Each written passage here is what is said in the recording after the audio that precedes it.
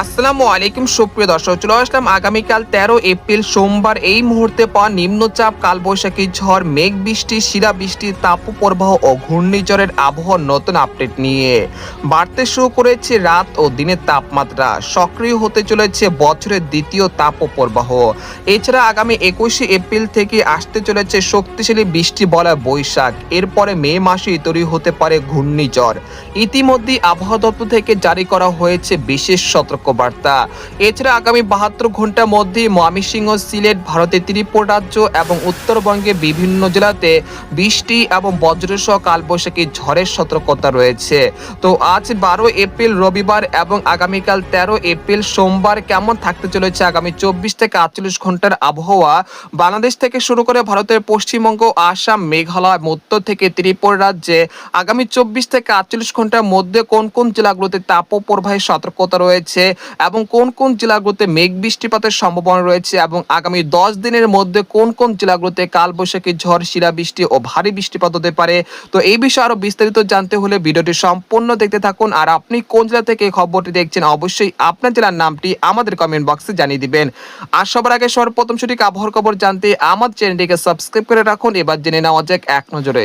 বন্ধুরে পর্যায়ে সরাসরি ইউরোপিয়ান মেঘমালার আপডেটে চলে আসলাম। তো এখান থেকে আপনারা দেখতে পাচ্ছেন যে আজ রাতের মধ্যে দেশের কোথাও সেরকম বৃষ্টিপাতের সম্ভাবনা তেমন দেখা যাচ্ছে না। তবে সিলেট বিভাগে সিলেট, জৈন্তাপুর, কানাইঘাট, সুনামগঞ্জ, মৌলভীবাজার, হাবিবগঞ্জ এই অঞ্চলের দুই একটি জেলাতে বিক্ষিপ্ত আকারে বৃষ্টি বা বজ্রসহ বৃষ্টিপাত হতে পারে। তাছাড়া রাজশাহী, ঢাকা, খুলনা, বরিশাল, চট্টগ্রাম, ময়মনসিংহ, রংপুর, ভারতের পশ্চিমবঙ্গের সবকটি জেলার আকাশ আংশিক মেঘলা থেকে পরিষ্কার থাকতে পারে। সেরকম বৃষ্টি বা বজ্রসহ কালবৈশাখী ঝড়ের সম্ভাবনা আপাতত দৃষ্টিতে দেখা যাচ্ছে না।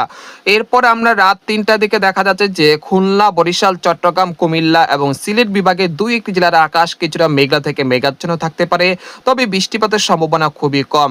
তারপর 13 এপ্রিল সোমবার সকালের দিকে দেখা যাচ্ছে যে সিলেট, জৈন্তাপুর, কানাইঘাট, সুনামগঞ্জ এই অঞ্চলের দুই একটি জেলাতে বিক্ষিপ্ত আকারে বৃষ্টি বা বজ্রসহ বৃষ্টিপাত হতে পারে।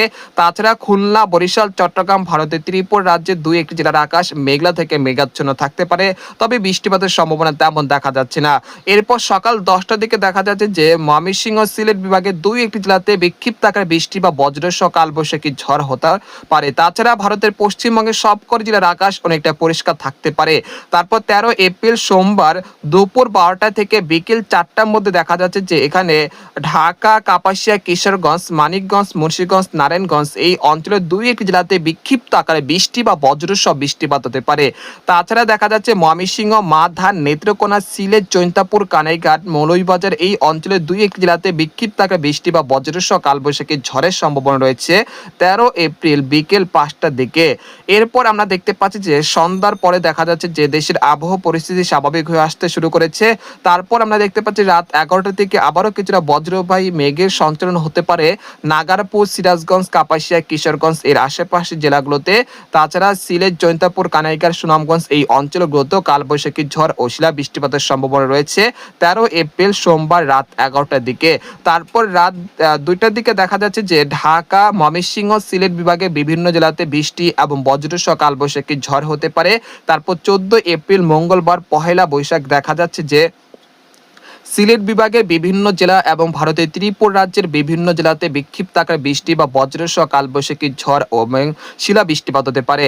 তাছাড়া কুমিল্লা, ফরিদগঞ্জ, মাদারীপুর, বরিশাল, মতিরহাট, এরপর রয়েছে কাপাসিয়া, নরসিংদী, কিশোরগঞ্জ, মৌলভীবাজার, সিলেট, জৈন্তাপুর, কানাইঘাট এর আশেপাশের জেলাগুলোতে 14 এপ্রিল মঙ্গলবার সকালের দিকে কিছুটা বৃষ্টি বা বজ্রসহ কালবৈশাখী ঝড় এবং শিলা বৃষ্টিপাতের সম্ভাবনা রয়েছে। তারপর দুপুর 12টা থেকে বিকেল 4টার মধ্যে দেখা যাচ্ছে যে দেশের আবহাওয়া পরিস্থিতি স্বাভাবিক থাকলেও দেশের উপকূলীয় অঞ্চল এবং নোয়াখালী, ফেনী, রায়পুর, হাজীগঞ্জ এই অঞ্চলের বিভিন্ন জেলাতে বিক্ষিপ্ত আকারে বৃষ্টি বা বজ্রসহ বৃষ্টিপাত হতে পারে। তারপর আমরা সন্ধ্যা 7টা বা রাত 9টার দিকে চলে আসার পর দেখা যাচ্ছে যে দেশের আবহাওয়া পরিস্থিতি স্বাভাবিক থাকলেও সিলেট বিভাগে বিভিন্ন জেলাতে কালবৈশাখী ঝড় এবং শিলা বৃষ্টিপাতের সম্ভাবনা রয়েছে 14 এপ্রিল মঙ্গলবার পহেলা বৈশাখ সিলেট বিভাগে বিভিন্ন জেলাতে বৃষ্টি এবং ভারী বৃষ্টিপাত হতে পারে রাতের দিকে। তারপর 15 এপ্রিল বুধবার দেখা যাচ্ছে যে ময়মনসিংহ, সিলেট, ঢাকা, খুলনা, বরিশাল, চট্টগ্রাম বিভাগের আকাশ আংশিক মেঘলা থেকে মেঘাচ্ছন্ন থাকতে পারে, সেই সাথে কয়েক পশলা বৃষ্টিপাত এবং ভারী বৃষ্টিপাতের সম্ভাবনা রয়েছে। 16 এবং 17 এপ্রিলও সেম পরিস্থিতি থাকতে পারে এবং 17 এপ্রিলের পরে দেশের কিছু কিছু জেলাতে বৃষ্টিপাতের সম্ভাবনা রয়েছে। তারপর 18 বা 19 এপ্রিলের দিকে দেখা যাচ্ছে যে তাপমাত্রা কিন্তু অব্যাহত রয়েছে। তারপর 19 এপ্রিল রংপুর, ময়মনসিংহ, সিলেট বিভাগে বিভিন্ন জেলাতে বৃষ্টি এবং বজ্রসহ কালবৈশাখী ঝড়ের সম্ভাবনা রয়েছে।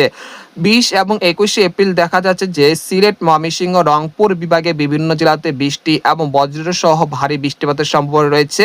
তারপর 22 এপ্রিলের পরে দেশের বিভিন্ন অঞ্চলে কালবৈশাখী ঝড়, শিলাবৃষ্টি, ভারী বৃষ্টিপাত এবং কোথাও কোথাও ভয়ঙ্কর কালবৈশাখী ঝড়ের সম্ভাবনা রয়েছে আগামী 22 এপ্রিলের পরে।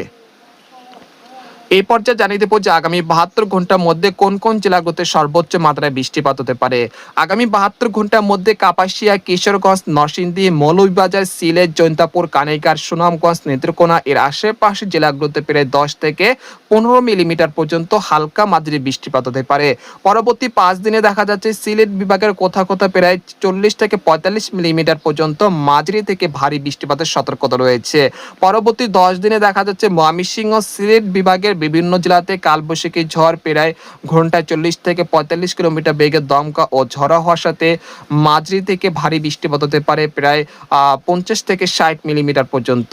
এর পরবর্তীতে আপনাদেরকে জানানোর চেষ্টা করব যে আগামী 72 ঘন্টার মধ্যে কোন কোন জেলাগুলোতে তাপপ্রবাহ সক্রিয় হতে চলেছে। আগামী 72 ঘন্টার মধ্যে স্বাভাবিক তাপমাত্রা রয়েছে, তবে আগামী 13 এপ্রিল দেখা যাচ্ছে যে ঢাকা, নাগারপুর, কাপাসিয়া, কিশোরগঞ্জ, সিরাজগঞ্জ, সিংড়া, রাজশাহী এর আশেপাশের জেলাগুলোতে মৃদু তাপপ্রবাহের আশঙ্কা রয়েছে। 14 এপ্রিল দেখা যাচ্ছে যে ঢাকা বিভাগের কোথাও কোথাও মৃদু তাপপ্রবাহ বয়ে যাচ্ছে। তারপর 17 এপ্রিল দেখা যাচ্ছে যে রাজশাহী, ঢাকা এবং ভারতের উত্তরবঙ্গের কয়েকটি জেলার উপর দিয়ে মৃদু থেকে মাঝারি ধরনের তাপপ্রবাহের সতর্কতা রয়েছে।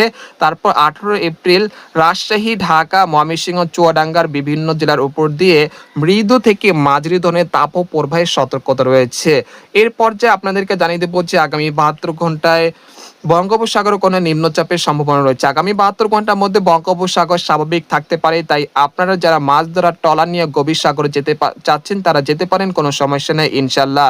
এরপর আগামী 10 দিনও বঙ্গোপসাগর স্বাভাবিক থাকতে পারে, কোনো নিম্নচাপ, কোনো ঘূর্ণিঝড়ের আশঙ্কা তেমন দেখা যাচ্ছে না। তাই যারা নিম্নচাপ এবং ঘূর্ণিঝড় নিয়ে গুজব ছড়াচ্ছে তাদের থেকে অবশ্যই আপনারা দূরে থাকবেন।